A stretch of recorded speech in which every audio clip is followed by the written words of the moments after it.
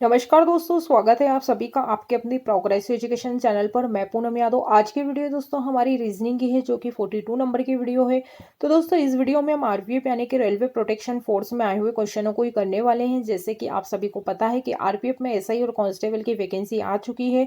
तो जो भी मेरे दोस्त ऐसे हैं जो इस एग्जाम को देना चाहते हैं, तो उनके लिए वीडियो बहुत ज़्यादा ही हेल्पफुल होने वाली है, क्योंकि इस वीडियो में हम वही क्वेश्चन को करने वाले हैं जो आरपीएफ में पूछे गए हैं। तो दोस्तों वीडियो को पूरा एंड तक देखिएगा। वीडियो अच्छी लगे तो लाइक शेयर एंड सब्सक्राइब जरूर करिएगा। तो शुरू करते हैं बिना किसी देरी के आज की इस वीडियो को। तो पहला क्वेश्चन आपकी स्क्रीन के सामने ये रहा। प्रश्न नंबर 1 है कि इस प्रश्न में कथन में विभिन्न तत्वों के बीच संबंध दिखाया गया है। कथन के बाद दो निष्कर्ष दिए गए हैं। तो दोस्तों हमें यहाँ पर स्टेटमेंट दिया है और निष्कर्ष भी दिए हुए हैं। तो हमें यहाँ पर जो है स्टेटमेंट में बोला गया है कि एम छोटा है बराबर है एन से, एन छोटा है ओ से, ओ बड़ा है बराबर है पी से, और पी छोटा है किससे, क्यू से। तो दोस्तों ऐसे क्वेश्चनों में आप लोगों को बस साइन का अच्छे से ध्यान रखना है कि साइन की बस पहचान आपको अच्छे से होना चाहिए कि कौन सा साइन बड़ा होता है और कौन सा साइन छोटा होता है। तो पहले वाला निष्कर्ष हमें दिया है कि एम बड़ा है बराबर है किससे, पी से। तो ये रहा एम और ये रहा पी। तो दोस्तों इन दोनों के बीच में कैसे साइन बन रहा है, इन दोनों के बीच में अपोजिट वाले साइन बन रहे हैं। और जब भी अपोजिट वाले साइन बनते हुए दिखते हैं तो वो वाला निष्कर्ष क्या है, हमेशा ही गलत होता है, क्योंकि दोस्तों उनके बीच में कभी भी रिलेशन बन ही नहीं सकता। तो पहला वाला निष्कर्ष तो क्या है, हमारा गलत हो जाएगा। जब भी आपको एग्जाम में यदि ऐसे क्वेश्चन देखने को मिल जाए और अपोजिट साइन बनते हुए वाले दिखते हैं, तो पहली आंख मिच के ही जो उस निष्कर्ष को क्या है, गलत कर दे, क्योंकि कभी भी वो निष्कर्ष सही होगा ही नहीं। तो पहला वाला तो हमारा निष्कर्ष हो गया गलत, क्योंकि इन दोनों के बीच में कैसे साइन है, अपोजिट वाले हैं।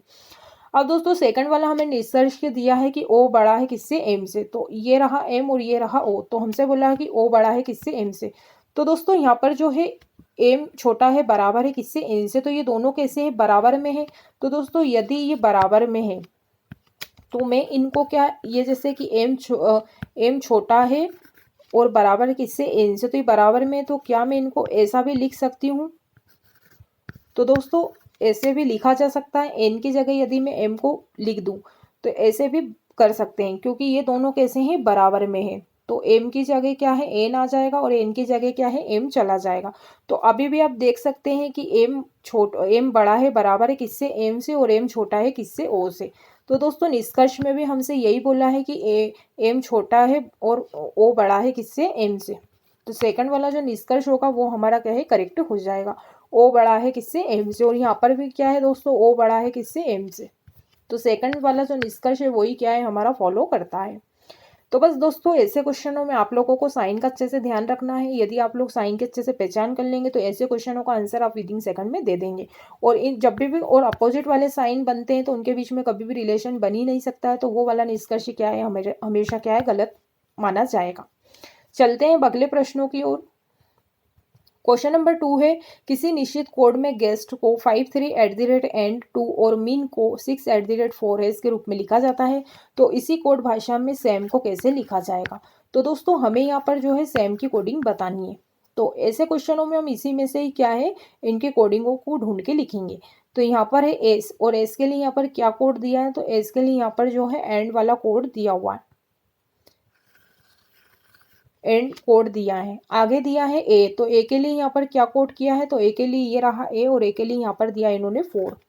एम के लिए दोस्तों ये रहा एम, और एम के लिए यहाँ पर कोड दिया इन्होंने 6। और ई, तो ये रहा ई, और ई के लिए यहाँ पर इन्होंने क्या कोड दिया है, @ वाला। तो ये क्या है, @ तो यहाँ पर जो है एंड 4 6 @ सेम की जो है कोडिंग हो जाएगी।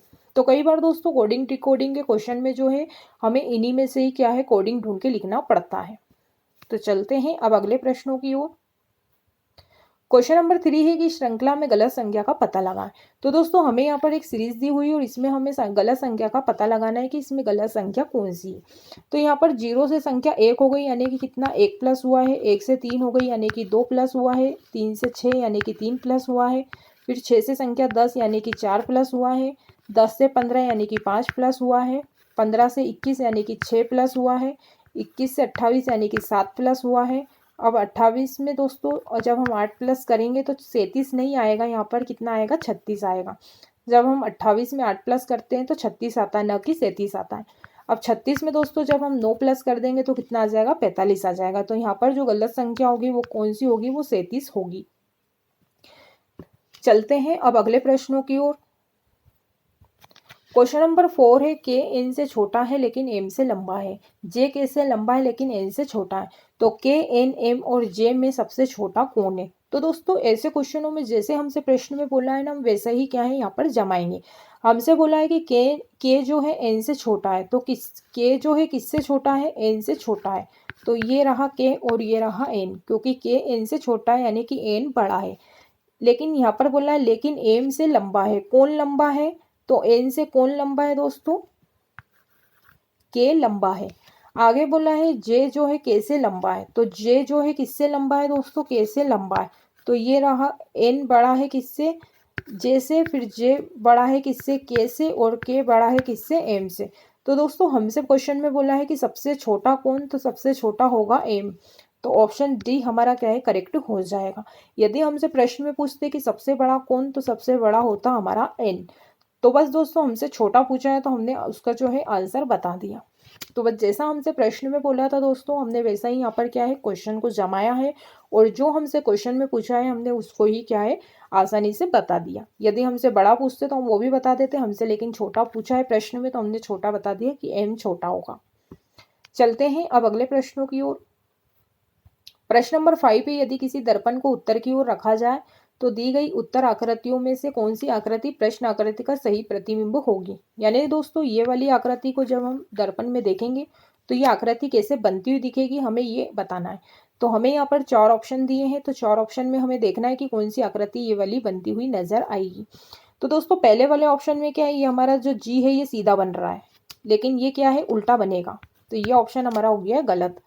सेकंड वाला जो हमें दिया है ये हमें क्या है आकृति जो है बनती हुई नजर आएगी, क्योंकि ये जो वी बन रहा है ये कैसा बनेगा, ऊपर की तरफ बनेगा, तो ये वाली आकृति क्या ही हमें बनती हुई दिखेगी। सी वाले में हम जब देखेंगे दोस्तों तो ये जो है ये उल्टे की तरफ बन रहा है, तो ये हमारा ऑप्शन नहीं होगा।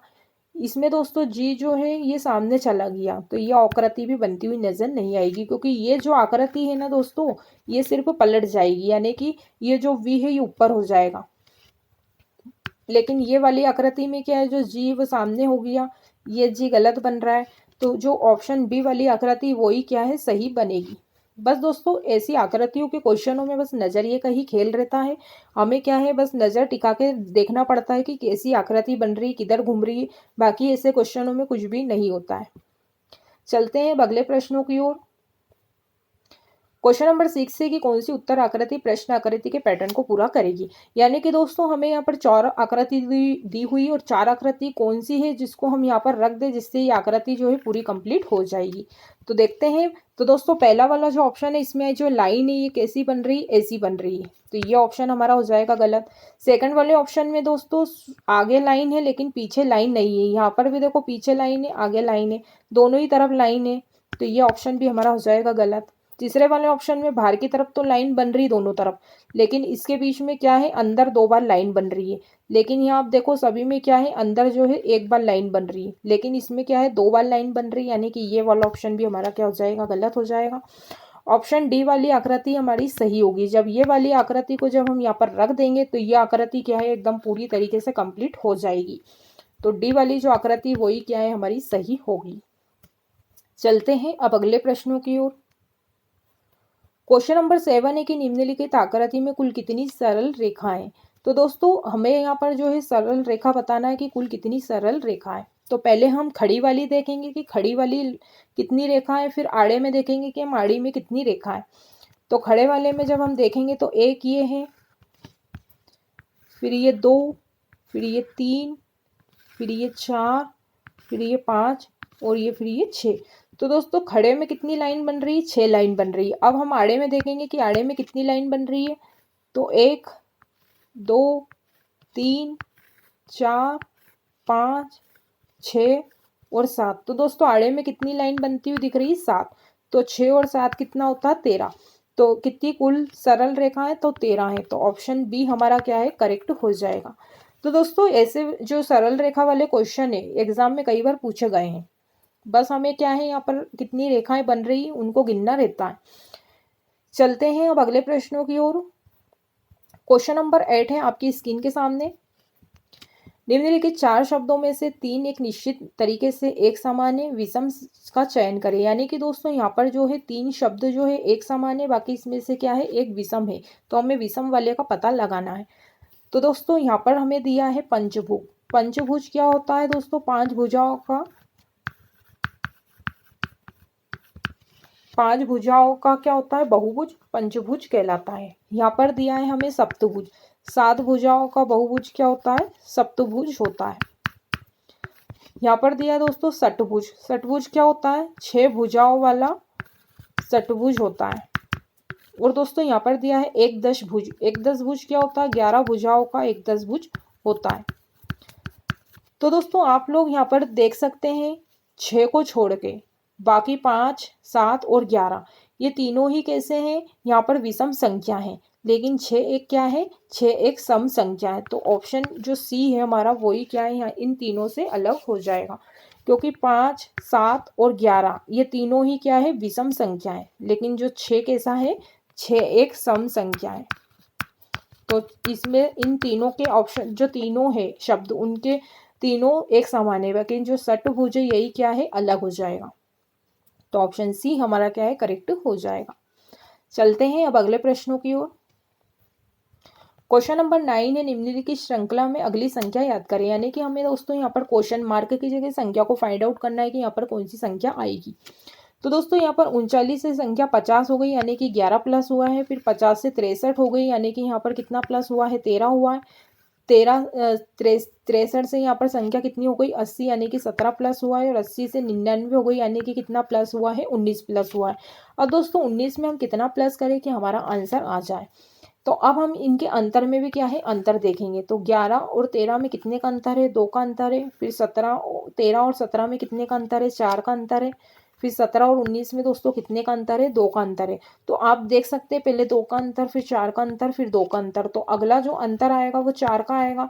यदि 19 में हम 4 जोड़ दें तो यहाँ पर कितना आता है? 23 आता है। और 99 में यदि 23 जोड़ दें तो कितना आएगा? 122 आएगा। यानी कि ऑप्शन हमारा जो ए है वो करेक्ट हो जाएगा। यहाँ पर जो पैटर्न है अंतर का वो क्या है? पहले 2 का अंतर, फिर 4 का, फिर 2 का, तो अगला भी क्या? 4 का अंतर आएगा। और जब 19 में हम 4 प्लस कर देंगे तो 23 आएगा। और 23 में यदि हम 99 जोड़ देंगे तो कितना आ जाएगा? 122 आ जाएगा। तो ऑप्शन ए हमारा करेक्ट हो जाएगा। चलते हैं अगले क्वेश्चन की ओर। क्वेश्चन नंबर 10 है, प्रश्न चिन्ह को पहले युग में लागू तर्क का पालन करने वाले विकल्प में से बदलें। तो दोस्तों हमें यहाँ पर VMZ दिया और यहाँ पर हमें देखना है कि यहाँ पर कौन सा जो है लेटर आएगा। तो दोस्तों यहाँ पर जो V दिया है और V की कोडिंग कितनी होती है? 22 होती है। एम हमारा कितने पर होता है? एम हमारा 13 पर होता है। और Z कितने पर होता है? Z होता है 26 पर। तो दोस्तों यहाँ पर जो है 22 से 26 हो गया, यानी कि 4 प्लस हुआ है। तो 13 में भी जब हम 4 प्लस करेंगे तो यहाँ पर कितना आएगा? 17 आएगा। और 17 पर कितना आता है? Q आता है। तो जो यहाँ पर लेटर आएगा वो क्या आएगा? Q आएगा, क्योंकि यहाँ पर भी हमने 4 प्लस किया है। तो इसमें भी जब हम 4 प्लस कर देंगे तो 17 और 17 पर आता है Q। तो ऑप्शन सी हमारा क्या है? करेक्ट हो जाएगा। तो दोस्तों आज के लिए बस इतना ही। मैं उम्मीद करती हूँ कि जितने भी हमने इस वीडियो के माध्यम से प्रश्नों को देखा है, समझा है, आप लोगों को अच्छे से क्लियर हो गया होगा। यदि दोस्तों वीडियो अच्छी लगी है तो लाइक ज़रूर करिएगा और कमेंट बॉक्स में कमेंट्स करके ज़रूर बताइएगा कि आपको वीडियो कैसी लगी। यदि इस वीडियो से संबंधित कोई क्यूरीज होती है या यदि आपके कोई डाउट होते हैं तो आप लोग मुझसे कमेंट बॉक्स में कमेंट्स करके ज़रूर पूछ सकते हैं। यदि मेरे ऐसे दोस्त हैं जो चैनल पर पहली बार जुड़े हैं तो वो चैनल को भी सब्सक्राइब कर ले, ताकि हमारी रोज़ की वीडियो का नोटिफिकेशन आपको मिलते रहें। तो दोस्तों आज के लिए बस इतना ही। मिलते हैं अगली वीडियो में, तब तक के लिए जय हिंद, जय भारत, धन्यवाद।